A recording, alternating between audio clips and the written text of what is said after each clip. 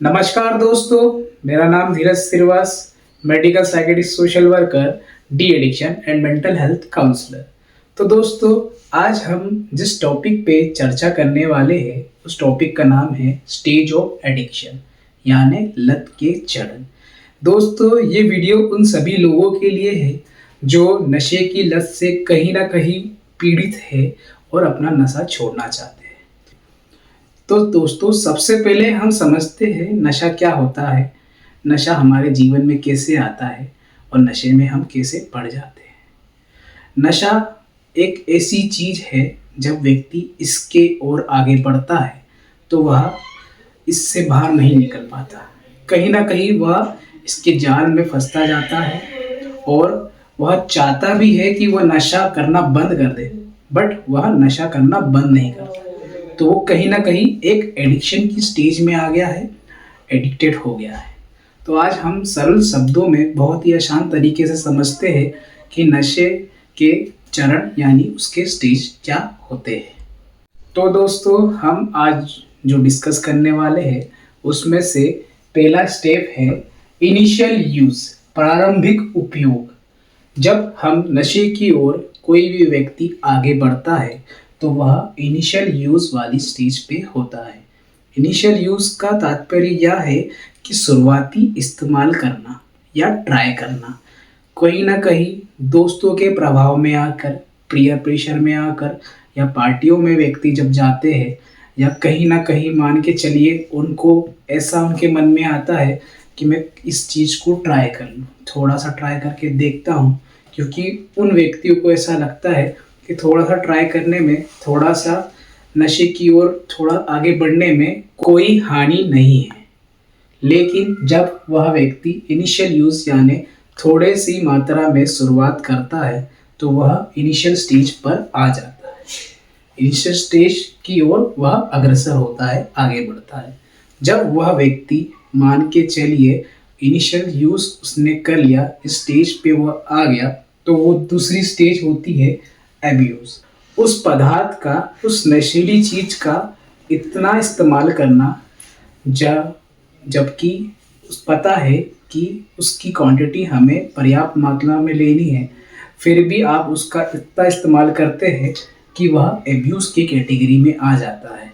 आप धीरे धीरे उसकी क्वांटिटी बढ़ाते जाते हैं और उसका अत्यधिक सेवन करते हैं, जिससे आप एब्यूज की कैटेगरी में आ जाते हैं।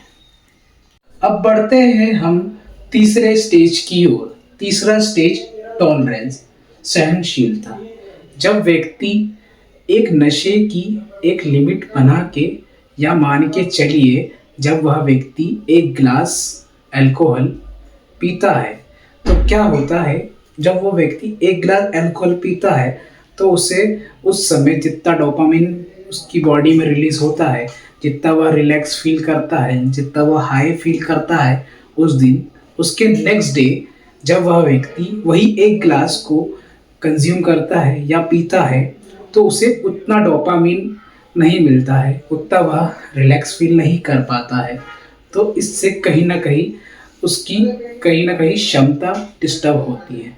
कहीं ना कहीं वह अपनी सहनशीलता को बढ़ाता है और 2 ग्लास की ओर बढ़ता है, जिससे उसका डोपामिन उतना जो फर्स्ट डे पे रिलीज हुआ था, उतना रिलैक्स जो फर्स्ट डे पे उसे मिला था, उसे वह प्राप्त कर सके, जिससे कहीं ना कहीं टॉलरेंस की स्थिति आ जाती है और इस प्रकार से वह अपने पीने की क्षमता को धीरे धीरे बढ़ाता है। अब बढ़ते हैं फोर्थ स्टेज की ओर, जिसका नाम है डिपेंडेंसी, निर्भरता। जब व्यक्ति टॉलरेंट की स्टेज से आगे बढ़ता है और अपनी क्वांटिटी को बढ़ाता है, पीने की क्षमता को बढ़ाता है, तो क्या होता है, वह व्यक्ति डिपेंडेंस की ओर अग्रसर होता है, डिपेंडेंस की स्टेज में आ जाता है। जब वह व्यक्ति डिपेंडेंस की स्टेज में आ जाता है तो उसका यह होता है कि वह एक प्रकार से शराब पर जो नशा कर रहा है, किसी भी प्रकार का नशा हो सकता है, उस पे वह निर्भर हो जाता है। मान के चलिए अगर वह ऐसा कार्य कर रहा है जिसमें उसको दिमाग लगाना पड़ रहा है, या मान के चलिए वह ऐसी चीज़ कर रहा है जिसमें उसको सोचना पड़ रहा है, तो कहीं ना कहीं उस चीज़ को करने के लिए अल्कोहल की उसको आवश्यकता पड़ने लगेगी, क्योंकि अल्कोहल पीने के बाद उसे अच्छा फील होता है, वह अच्छा कर पाता है।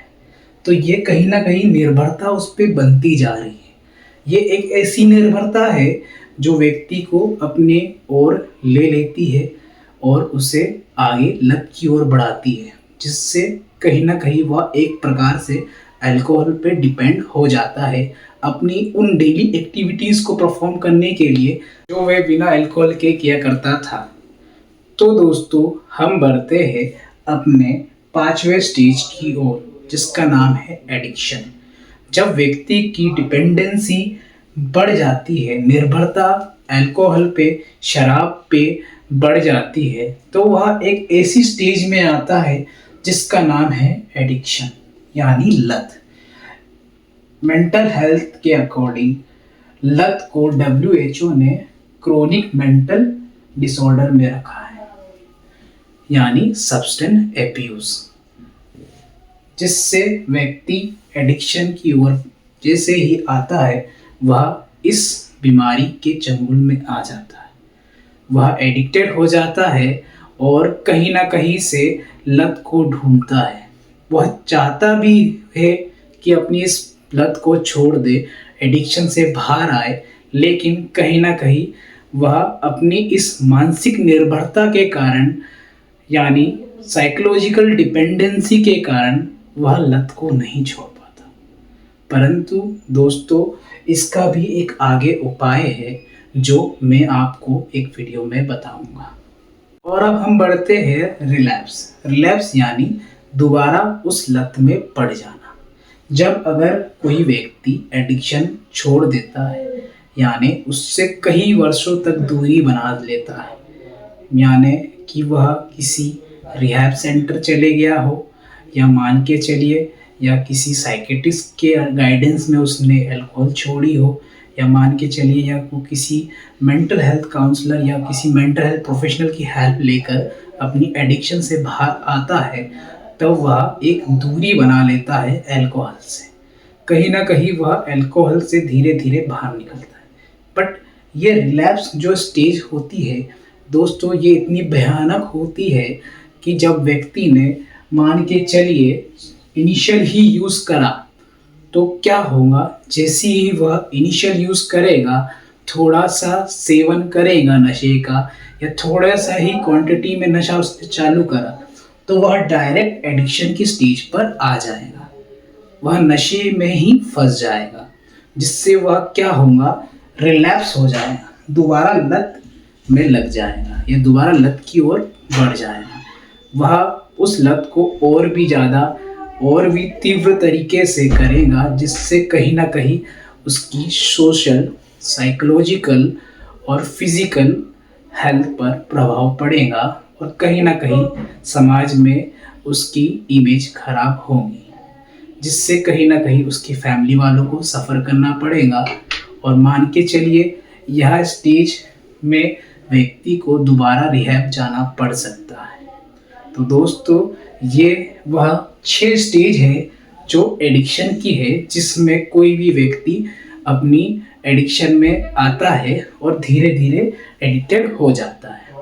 तो दोस्तों, ऐसी और वीडियो के लिए मेरे साथ आगे जुड़े रहिए, और मैं आशा करता हूँ कि आप सभी स्वस्थ होंगे, मस्त होंगे, और आप सभी का मेरी इस वीडियो को देखने के लिए धन्यवाद।